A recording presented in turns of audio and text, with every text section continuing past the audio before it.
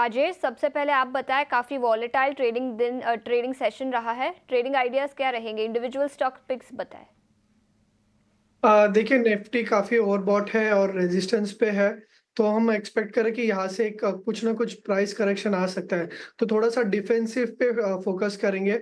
आज हम देख रहे हैं कि फार्मा स्पेस में मोमेंटम है और फार्मा स्पेस में स्ट्रेंथ है। तो काउंटर में मैं सिप्ला रेकमेंड करूंगा। एक रेंज एक कंसोलिडेट करने के बाद आज वापस मोमेंटम में है और वॉल्यूम्स और फ्रेश लॉन्ग फॉर्मेशंस भी सिप्ला में दिखाई दे रहे हैं। तो सिप्ला में एक व्यू पॉजिटिव रख सकते हैं। डिस्पाइट मार्केट में करेक्शन आए, ये स्टॉक एक डिफेंसिव के जैसा एक्ट कर सकता है। सिप्ला को बाय कर सकते हैं for a near term target of 1750। इसका जो स्टॉप लॉस होगा वो होगा 1629 का, 1629 का। मेरा जो दूसरा रिकमेंडेशन है वो है यूपीएल पे। यूपीएल में काफी दिनों से आपके शो पे मैं बता रहा हूँ। ये जो स्टॉक है एक रेंज ब्रेकआउट हमें वीकली चार्ट में हमें देखने को मिला है। और जो रीसेंट अंडर परफॉर्मेंस था, तो वो रीसेंट अंडर परफॉर्मेंस से बाहर आने की कोशिश कर रहा है। इसका अगर वीकली आरएसआई देखे तो काफी बार 60 के आसपास रेजिस्टेंस ले रहा था, बट अभी ये 60 के ऊपर सस्टेन कर रहा है। तो यूपीएल में काफी अच्छा व्यू पॉजिटिव है। हम एक्सपेक्ट कर रहे हैं इसमें एक इनर स्ट्रेंथ देखने को मिल सकता है। और यूपीएल में बाय कर सकते हैं। स्टॉप लॉस 593 का रहेगा और इन द नियर टर्म इसके जो टारगेट्स होंगे वो होंगे 645 के। ओके, तो नियर टर्म के लिए व्यू है 645 के टारगेट के लिए आपको यूपीएल खरीदना है, सिप्ला खरीदना है आपको 1750 रुपए के टारगेट के लिए। इस कॉल में आपको 1629 का स्टॉप लॉस लगाना है। स्टॉप लॉस ट्रेडिंग कॉल है तो स्टॉप लॉस का भी ध्यान जरूर रखिएगा। अवनी जी, आप बताइए आपकी दो टॉपिक कौन सी होंगी? ये सेम थीम पर बात करते हुए थोड़ा सा डिफेंसिव प्ले मैं भी करना चाहूंगी। तो मेरा पहला पिक रहेगा एफएमसीजी सेक्टर से आईटीसी। तो ऑल्दो सेक्टर डिफेंसिव है, लेकिन ये स्टॉक बिल्कुल अग्रेसिव सेक्टर की तरह ही चल रहा है। और इसने कल के दिन में एक कंसोलिडेशन जोन के बाहर ब्रेकआउट दिया है। आरएसआई पे पॉजिटिव क्रॉसओवर है और सारे शॉर्ट टर्म मूविंग एवरेजेस के ऊपर चल रहा है। आज भी हमें एक फॉलोअप बाइंग दिखी है। ऊपर के स्तरों से थोड़ा बहुत प्रॉफिट बुकिंग हुआ है, लेकिन ये एक नॉर्मल रिट्रेसमेंट है। तो मेरे हिसाब से आईटीसी एक बहुत अच्छा बाय बनता है यहाँ पे। इस महीने में इसके रोल ओवर्स भी ठीक ठाक से हुए हैं। बहुत ज्यादा रोल ओवर्स भी नहीं है कि चिंता की बात हो, और कम भी नहीं है। तो ये एक कंसिस्टेंट प्ले रहेगा इवन अक्टूबर सीरीज के लिए। और मेरा मानना है कि ये 540 से 545 के टारगेट तक हमें इजीली शॉर्ट टर्म में भी दिख सकता है, और पूरे महीने के लिए होल्ड करेंगे तो 550 का इसका टारगेट रहेगा। इसको हम करंट लेवल्स पे खरीदारी करेंगे और नीचे 515 का स्टॉप लॉस लगा के रखेंगे।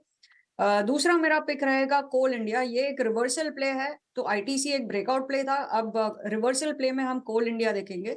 तो कोल इंडिया में रोल ओवर्स की बात करूंगी मैं। पिछले 3 महीनों के एवरेज रोल ओवर्स से कम रोल ओवर्स हुए हैं। और इसका प्राइस एक्शन पिछले महीने में देखे तो काफी शॉर्ट बिल्टअप था। तो इसका ये मतलब है कि जो शॉर्ट्स बिल्टअप हुए थे सितंबर सीरीज में, वो बहुत ज्यादा अक्टूबर में रोल ओवर हुए नहीं है। तो ये इसको एक परफेक्ट रिवर्सल कैंडिडेट बनाता है। और ये सस्टेन भी कर रहा है अपने शॉर्ट टर्म मूविंग एवरेजेस के ऊपर। तो गिरावट खत्म हो चुकी है, रिवर्सल की शुरुआत हो चुकी है। तो इसमें हम खरीदारी करके चलेंगे। ऊपर इसका टारगेट रहेगा 545 से 550 का, और स्टॉप लॉस हमें इसमें लगाना है 498 का। तो दो कॉल अवनी जी की तरफ से भी आ गई है। आईटीसी यहाँ पर टारगेट है 548 से 550 का, और साथ ही कोल इंडिया इसका टारगेट है 545 से 550 का। चलिए अब अलग अलग सेक्टर पे कुछ शेयर्स जहाँ पर ज़्यादा तेज़ी या मंदी दिख रही है उसकी चर्चा कर लेते हैं।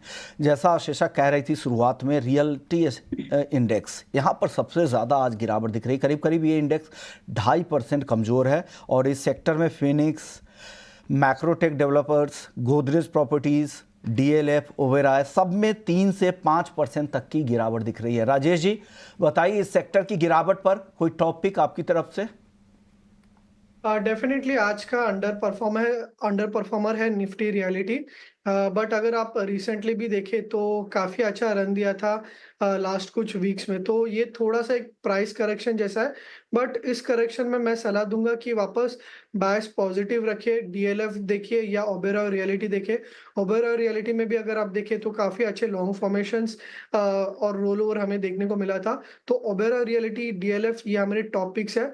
निफ्टी रियलिटी अगर हम देखें तो काफ़ी एक परफॉर्मेंस दिखाने की कोशिश कर सकता है, क्योंकि इसका जो वीकली आरएसआई है वो 60 के ऊपर जा रहा है काफ़ी टाइम के बाद। तो निफ्टी रियलिटी भले ही आज करेक्ट कर रहा है, बट हम एक्सपेक्ट कर रहे हैं कि आने वाले हफ्तों में नीचे से वापस एक काफ़ी आउट परफॉर्मेंस ये स्पेस दे सकता है। पे आपको रिकवरी की उम्मीद है, तो रियल एस्टेट से तो ये आ गया, लेकिन एक और सेक्टर है जहां पर आज दबाव है, वो है बैंकिंग और खास करके प्राइवेट बैंक्स। यहां पर कमजोरी ज़्यादा है। एचडीएफसी बैंक करीब 1.5% की गिरावट यहां पर दिख रही है। कोटक बैंक, आईसीआईसी बैंक पर भी 1 से 1.25% तक की कमजोरी है। हालांकि पीएसयू बैंकों में, चुनिंदा पीएसयू बैंक्स थोड़ी खरीदारी ज़रूर दिखा रहे हैं, लेकिन पूरे इंडेक्स पर दबाव है। अवनी जी, आप बताइए, बैंकिंग में कुछ पसंद है आपको आज? ये 18 हाउस स्वदेश पे ही कल के मॉर्निंग शो में ही मैंने बताया था कि जो प्राइवेट बैंकिंग स्पेस है काफी ओवरबॉट है, स्पेशली एचडीएफसी बैंक 1800 पे काफी स्ट्रॉन्ग रेजिस्टेंस है, तो यहाँ से प्रॉफिट बुकिंग हो सकती है। ये प्रॉफिट बुकिंग अभी थोड़ी और कंटिन्यू रहेगी। इतनी जल्दी अभी ये रिवर्स नहीं करेंगे क्योंकि ये काफी चल चुके हैं सितंबर सीरीज में। तो मेरे हिसाब से थोड़ा सा अभी वेट एंड वॉच करना चाहिए। ये एचडीएफसी बैंक की बात करूं तो नीचे करीबन 1740 1740 के लेवल तक आता है तो एक अच्छा बाय बनेगा, बट वहां तक रुकना चाहिए। तो सेम व्यू सारे ही प्राइवेट बैंकिंग स्पेस में रहेगा। आप यहाँ से 1.5 से 2% की और गिरावट के लिए वेट कीजिए, फिर सपोर्ट पे आने के बाद में हम यहाँ पे एंट्री की सोचेंगे मंडे ऑनवर्ड्स। बिल्कुल, तो ये राय है एचडीएफसी बैंक पर। आज पर फोकस करेंगे। स्टॉक पे आज गिरावट दिखी है और मक्वारी की रिपोर्ट आई है जहां उन्होंने स्टॉक को अंडर परफॉर्म की राय दी है। 1100 रुपये प्रति शेयर का लक्ष्य रखा है। स्टॉक में करीब 3.5% की गिरावट आज दिखी है। उनका मानना है कि दूसरी तिमाही में company muted revenue growth report कर पाएगी। करीब 5% का सेल्स ग्रोथ और 6% के एबिटा ग्रोथ के अनुमान उन्होंने दिया है दूसरी तिमाही के। तो काफ़ी स्लो ग्रोथ दूसरी तिमाही में दिख सकता है, जिसके चलते उन्होंने अंडर परफॉर्म की राय और 1100 रुपये प्रति शेयर का लक्ष्य। स्टॉक अभी 1580 के आसपास है। 3.5% की गिरावट यहाँ पर दिखी है। अवनी, क्या राय होगी यूनाइटेड स्पिरिट्स पर? स्पिरिट्स में आरएसआई पे एक नेगेटिव डाइवर्जेंस है, तो ये जो गिरावट है थोड़ी और कंटिन्यू हो सकती है, लेकिन हमें बहुत बड़ी गिरावट तो नजर नहीं आ रही है। ये जो है अराउंड 1520 के करीबन एक बहुत अच्छा सपोर्ट बना हुआ है, वीकली सपोर्ट भी है। सो 1520 के करीबन जब आता है स्टॉक तो वहां पे हमें फिर से खरीदारी के मौके ढूंढने चाहिए। बिल्कुल, तो 1520 के पास फिर से एक बार खरीदारी के मौके दिखाई दे सकते हैं यूनाइटेड स्पिरिट्स पर। इस बीच आईटी सेक्टर पर नजर डालेंगे। एक्सेंचर के नतीजे कल शाम को आए थे जो काफ़ी अच्छे थे। थोड़ी सी गिरावट गाइडेंस पर दिखी FY25 के लिए, लेकिन all in all consulting business का रेवेन्यू काफ़ी अच्छा था। एआई बिजनेस पर काफ़ी फोकस था इस क्वार्टर में, जिसके चलते सभी आईटी शेयरों में तेज़ी दिखी है। निफ्टी आईटी इंडेक्स दिन की ऊंचाई से गिरावट है, लेकिन फिर भी 1% की तेज़ी के साथ कारोबार। इन्फोसिस की बात करें, HCL टेक 3.5% की तेज़ी यहाँ पर दिखी है। परसिस्टेंट सिस्टम्स, एम्फोसिस, विप्रो सभी शेयरों में आज के ट्रेडिंग सेशन में चमक दिखी है।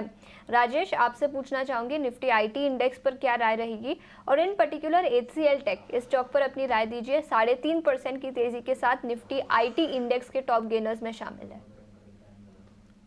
अगर आप देखें मॉर्निंग में काफ़ी अच्छा मोमेंटम दिखाई दे रहा था आईटी स्टॉक्स में, सारे आईटी स्टॉक्स टॉप परफॉर्मर्स थे, बट हायर लेवल से कहीं ना कहीं एक अच्छा खासा प्रॉफिट बुकिंग देखने को मिल रहा है।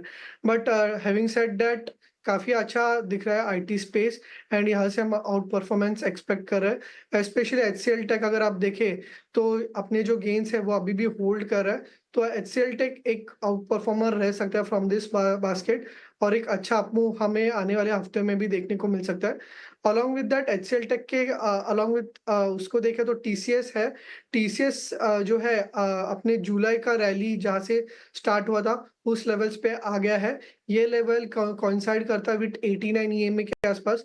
तो टीसीएस जो है इन लेवल्स पे एक्यूमुलेट कर सकता है 4300 के आसपास, एंड यहाँ से एक्सपेक्ट कर सकते हैं कि एक अच्छा अपमूव आ सकता है टुवर्ड्स 4450 4500। और विप्रो भी जो है काफी अच्छा लग रहा है। तो एचसीएल टेक, टीसीएस और विप्रो ये 3 टॉपिक्स रहेंगे फ्रॉम द आईटी बास्केट।